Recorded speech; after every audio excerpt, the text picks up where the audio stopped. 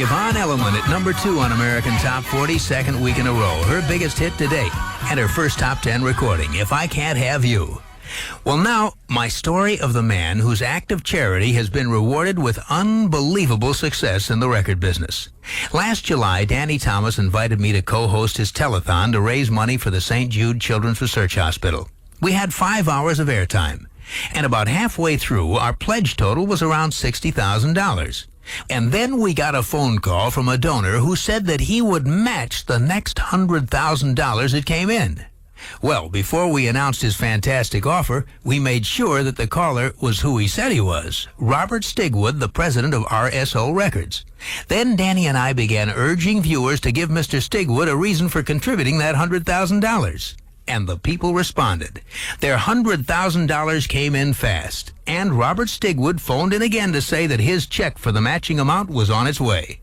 Well, if you believe in miracles, you can attribute what happened next to a grateful St. Jude. Otherwise, credit the Bee Gees. The following week, Andy Gibbs' I Just Want to Be Your Everything on the RSO label hit number 1.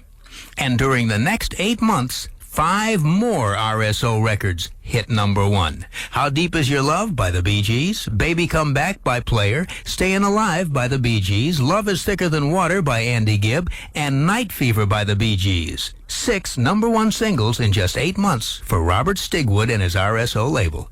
Not to mention his number 1 soundtrack album from Saturday Night Fever, which may become the biggest dollar-grossing album of all time. And everybody's happy. St. Jude, Danny Thomas, and Robert Stigwood. The most recent of those 6 number 1 singles of his is still at number 1. And here it is. The most popular song in America for the 7th week in a row.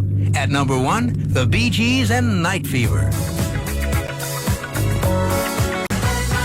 The Bee Gees on American Top 40 with a song that has been at number 1 for 7 weeks in a row, Night Fever. You just heard the 40 most popular records determined by Billboard magazine for the week ending April 29, 1978. American Top 40 is produced in Hollywood by Watermark Incorporated, executive producer Tom Rounds, producer Nikki Wine, creative consultant Don Bastani. I'm Casey Kasem. Join me again next week for our countdown of the 40 biggest hits in the USA. Until then, keep your feet in the ground and keep reaching for the stars. And keep your radio tuned right where it is.